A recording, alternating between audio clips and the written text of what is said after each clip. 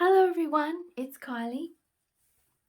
Welcome to my first published process video. I say published because I have attempted to do this multiple times and I've just not been happy with the result.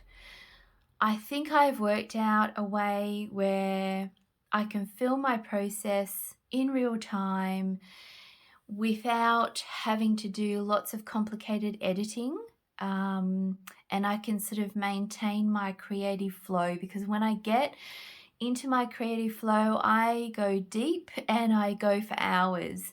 And yes, so that's why I think in the past my videos have failed, and I would rather spend time creating than editing, if I'm really honest. So that's where we're at. I'm going to launch straight into this, and I'm going to introduce this inspiration.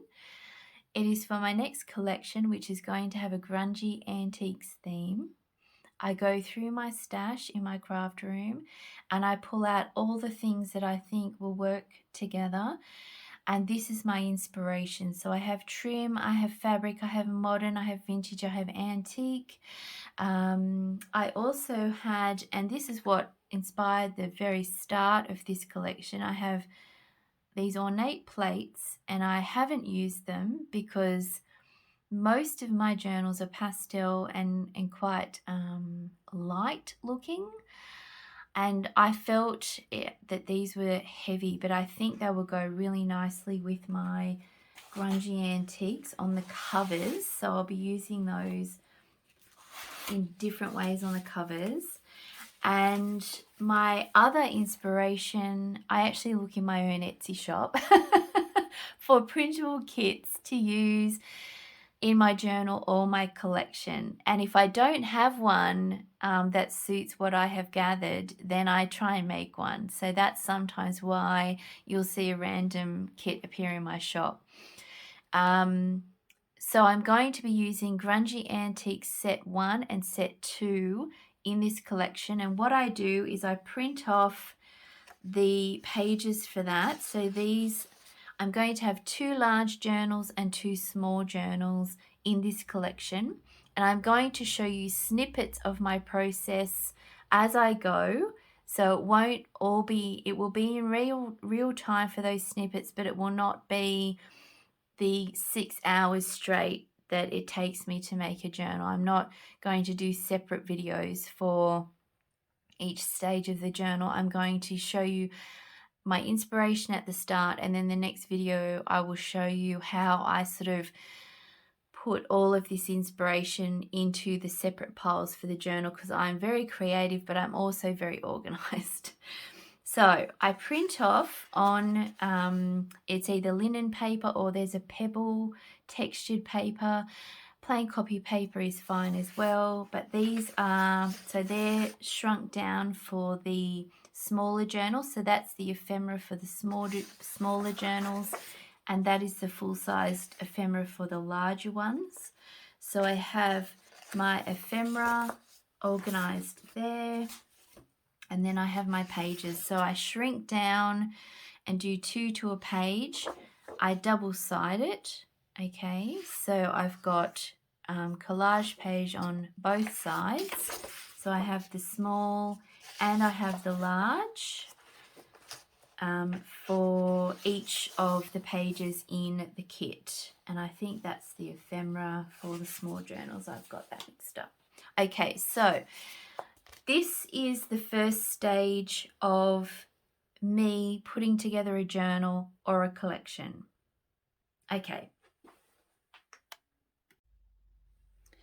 So the next stage I go through when I am creating a collection is to take all of the items in my inspiration and actually divide them across the number of journals that I'm intending on making.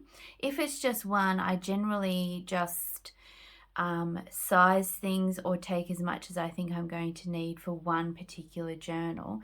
In this collection there'll be 2 large and 2 small, so I'm just going to show you sort of how I get to the next stage, which involves designing a cover and putting the signatures together. So for this big journal, I have a few pieces of tea-stained eyelet. This is a more modern fabric. I have some, I think that's coffee dyed eyelet trim, some antique bobbin lace, some beautiful antique fabric, piece of tapestry fabric, some modern velvet, a really beautiful piece of trim.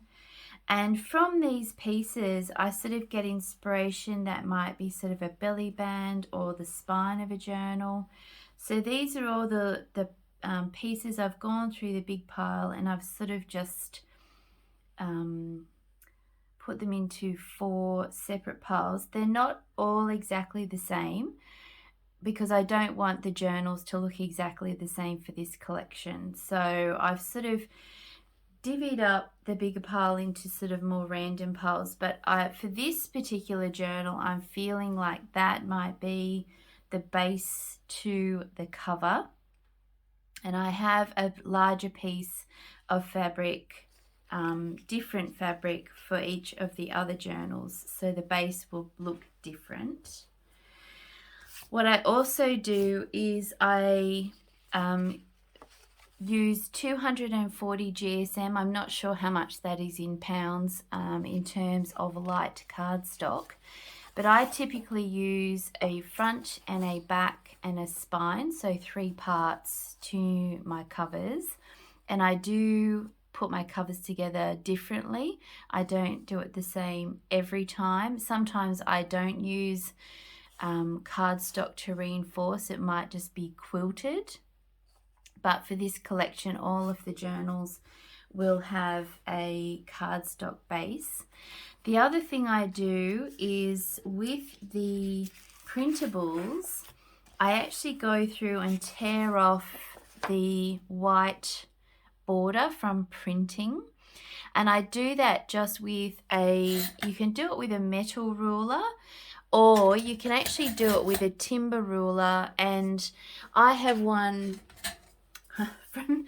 from my teaching days, which I'm actually thinking of going back to teaching, but that's something I'll talk about another time. And the edge is actually not straight anymore because it's quite old. But if you get a new timber ruler, you can actually bang it on the side of a table to create those sort of ridged effects. So when you tear something, you sort of get more of a jagged edge. I know there's special rulers you can use for that, but they can be quite expensive. So anyway, back to my process. That's going to happen a lot with these videos. So I tear the edge off because I prefer a more rough edge, and I find tearing with a ruler is a lot faster than cutting with scissors. So that is a time-saving thing as well. So I do that for each page, and I fold the page with the image that I want on technically the front of it. And these are the pages of ephemera, and I tend to sort of leave those until the end so I don't have piles of things and I get confused, but I may use some of these to decorate a page and create a pocket. So I sort of like to keep them together. So that's where I'm at with the printable kits. Then what I do is I go into my stash and I pull out different sort of antique and vintage pages, and I sort of try and mix different sizes. But for my 4 signature journals, which the small ones will be 4 signatures as well, I use 20 sheets of paper. So So that is a sheet of paper, but each sheet of paper has 4 pages when you bind it into a spine. So my 20 pages becomes an 80 page, my 20 sheets of paper becomes an 80 page journal. And that's how most journal makers work out their number of pages. So I have some antique music paper and an Edith Holden page. I'm sort of going for a neutral grungy look. That's a beautiful antique French document. That's an antique French receipt, although it's 19, so I'm not sure if that's it's old. Anyway, that's a piece from an old French magazine. That's another piece of ephemera. I do incorporate either tea stained or avocado dyed paper into my journals. That's a ledger from 1891. This is a page from a nautical folder, another music page, and then I have some sheets of vintage and antique ledger, and because it's grungy I don't mind the foxing on that page, so that will make up the 20 pages for my journal. So I will just quickly show you a smaller journal as well, so you can sort of get an idea. So different fabrics, some are the same but different sizes, so I will use them in different ways. And all those bits and pieces, and the base for this little journal will actually be this beautiful piece of antique fabric, and I may or may not use a lace for the spine. With tearing this up, you can see I use a ruler to do that as well. I do measure it, so that's the front, the back and the spine, and this is a half an A4 page, so I use one A4 page for 2 small journals, and then I have a separate piece of cardstock for the spine. With the pages, I actually size them down if I need to, so there's the same number of pages but they are just smaller, so 1 tea stained page for a large journal becomes 2 pages for a smaller journal. But again, there's 20 pages and they are mixed with printable pages and also antique pages and vintage pages. So that is my next stage. Okay, so now we're at, I think it's the 3rd stage in my typical process in making journals, and I have decided to only make 2 journals now, which is very typical for me, and which is why to this point I probably haven't made process videos, because I do dither and change my mind a lot. However, my next stage is to create the base of the cover and also the signatures. So I will show you how I have constructed these covers because they are similar. So I had my 3 parts to the journal. A lot of the time I literally sew the 3 parts, I glue and then sew the 3 parts onto a base piece of fabric, so a single piece of fabric.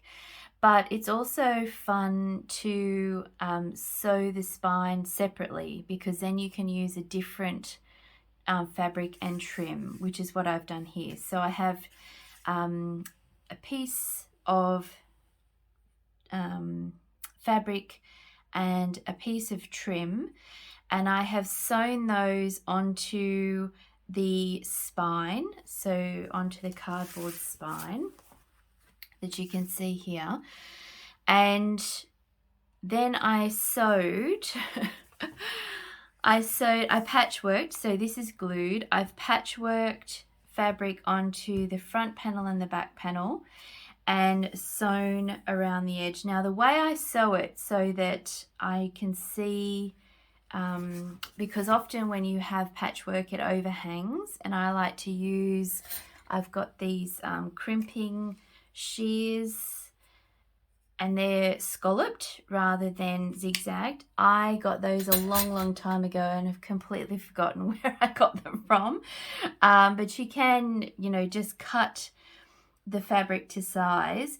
I actually sew on the cardboard side first.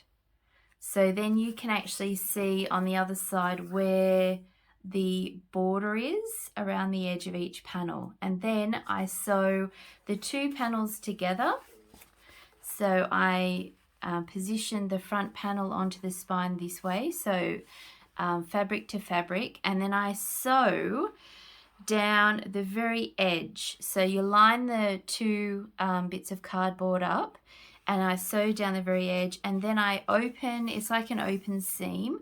I open that and stick that to the cardboard. And then you do the same thing for the back. So you line them up fabric to fabric, so the cardboard is facing out. Line them up and then sew down, well, I'd sew this way so it doesn't get caught in your sewing machine, but sew down the very edge, because I like this to be a little bit firm, this connection here. If you leave a space, it will be floppy because you will have a gap with just fabric. But if you sew right to the edge, you get a sort of more firm feel. I have used a lighter thread. So the next stage would be to use a little bit of Tim Holtz Distress ink. I use the Tea Stain, I think it is. And I just sort of run my finger along that thread. So if you have a lighter thread, this is laziness. I could change the color of thread in my sewing machine, but I don't. So I will just darken that if I don't want it to be a standout feature. What I will do next is also put anything on the cover, so any hardware like this, or if I wanted to do any slow stitching, I would do the slow stitching now before I put the lining on.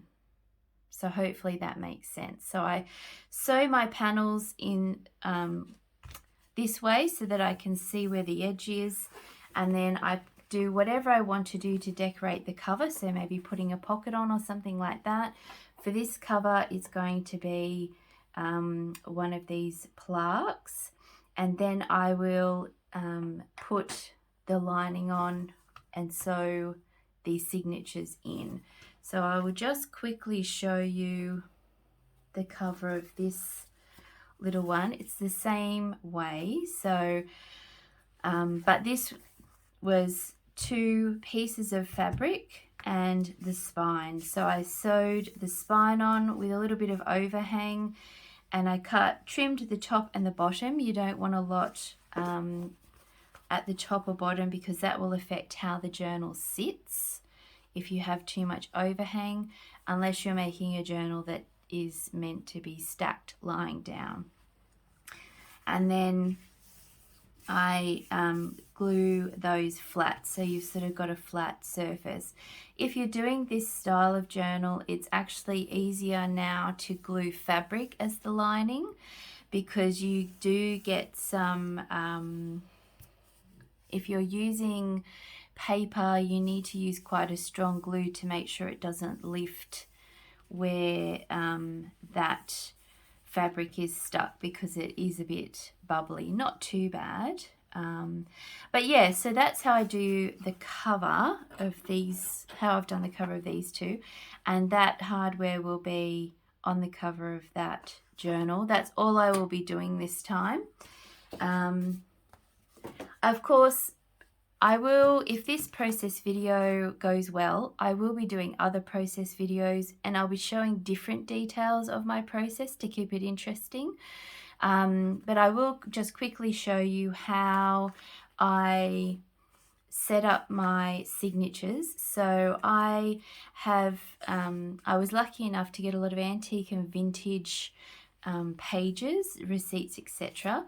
And I try and do some layering right at the very start to add interest. So you can see that there's a page there to write on, there's some writing there you can collage on, but it's blank on the back, a tea-stained page, and then sometimes I work in towards the middle and I will have a smaller page in the middle, so you can sort of see layers coming out from the middle as well. So layers going in and layers sort of coming out of the journal. So hopefully that kind of makes sense. So this is a printed page, double-sided, and I try and sort of keep things interesting, so different types of paper, and they can just be book pages. I have ledger and a French, I think it was fashion journal from the 1800s. So this small journal now will have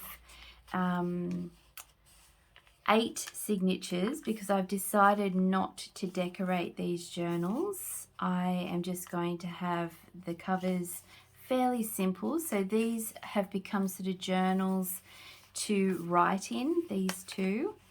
And I just sort of size the pages as well. So I tend to use the tea-stained page or the cover as a guide. I actually do the signatures before I make the cover. So I would use the piece of cardboard to size all of the pages. So I sort the signature. So in this stage, I sort the signatures, okay, and I work out how many I'm going to have in the journal. Usually it's 4, but this time I've made it different, and there will be 8. Then I construct the basic cover, and you can sort of see how those pages are going to fit in that journal. So these won't be decorated, but they will come with an inspiration bundle for the person who purchases it to decorate themselves. So I do like to do that style as well. And I just thought I would keep it simple. So that's the smaller journal. And then I've got the larger journal, which is also going to have the 8 signatures. So these have become writing journals. So that is my next phase. And the one after this is decorating and finishing the cover and lining, and then sewing in the signatures. So you'll see that in the next video or the next part. Okay, so this is the final stage in my process for making a basic writing journal, so undecorated, fabric covered, and I will show you the inside. So I glue the fabric to the inside cover. Now if you want to do a pocket and you have fabric lining, it's best to machine sew the pocket on or hand sew it before you stick the fabric onto the journal, so that the stitching is on the fabric and not going through to the cover of the journal. With these basic ones, I just wanted to line them in fabric so they have a really gorgeous feel to them. So I stick the fabric to the inside of the cover. I trim the fabric to size so there's no excess hanging over. And then what I do, because I already have the outline for each of the panels stitched, I stitch the inside fabric on the outside. So I go over the stitching that I first did for the cover.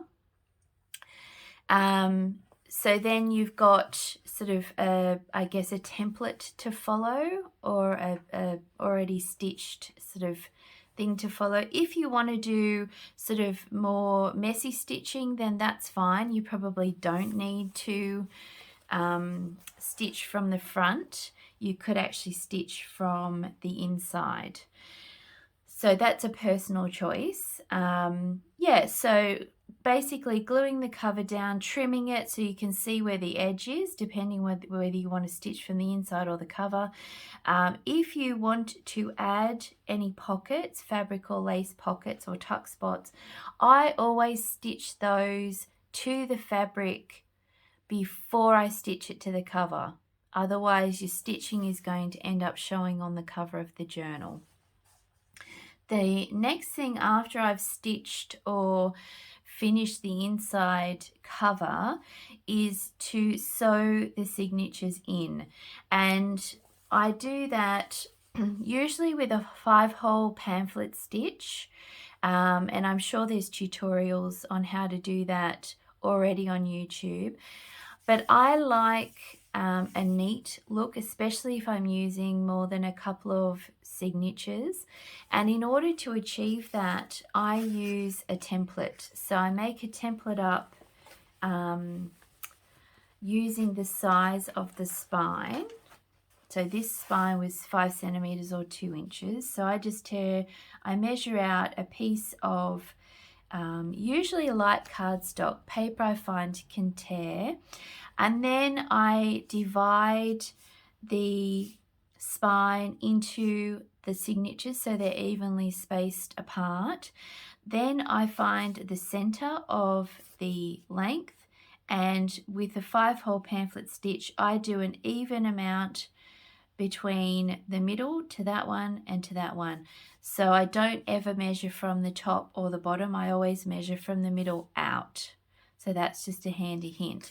And I do use templates. I had to make up new templates for these 2 journals because I had not sewn in 8 signatures, but I will reuse these. I also use, excuse me for reaching, a pointy thing or an awl to make my holes, and I poke this right into the end, so it does end up with quite a large hole, but I find that you're less likely to get your fairly large needle stuck. And when you're using sort of a stranded cotton like I did, you really need to avoid piercing the cotton as you're stitching the thread, because when you go to pull it tight it will actually tear.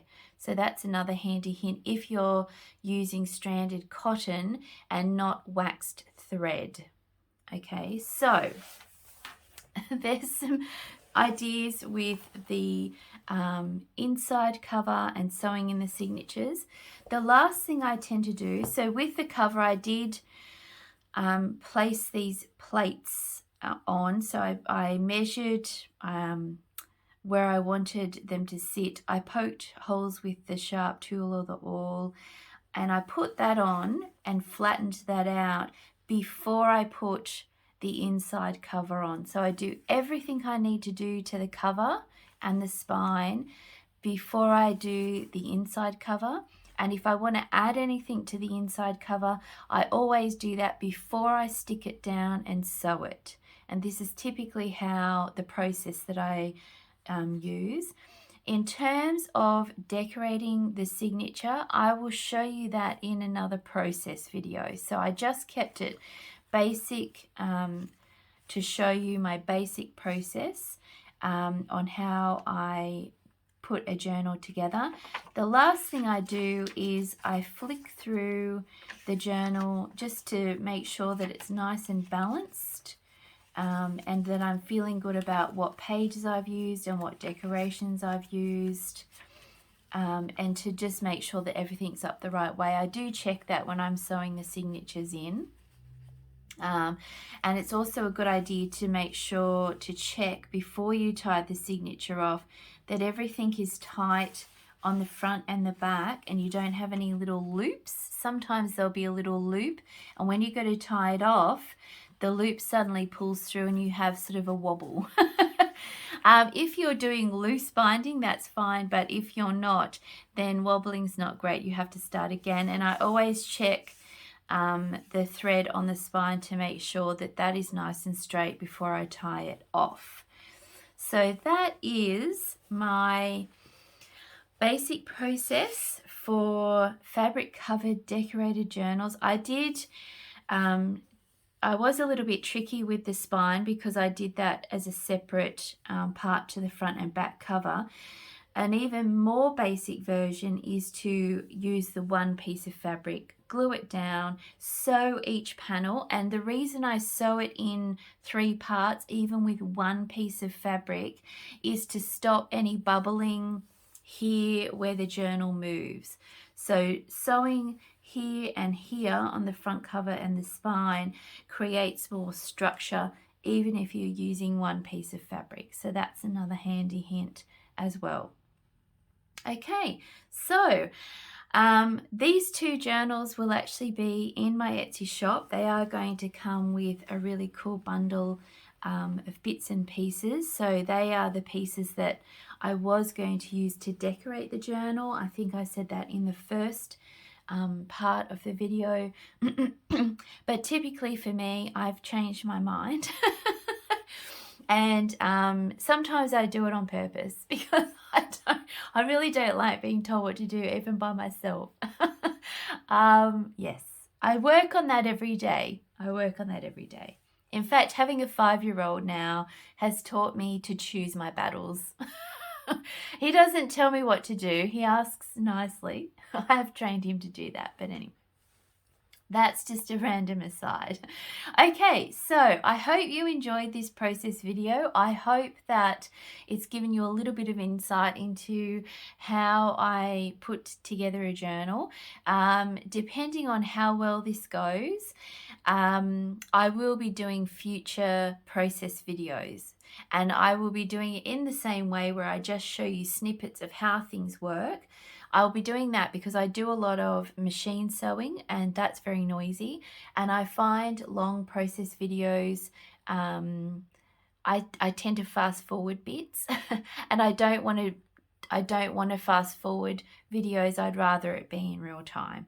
Okay, so thank you for watching and I hope to see you in my next video. Bye.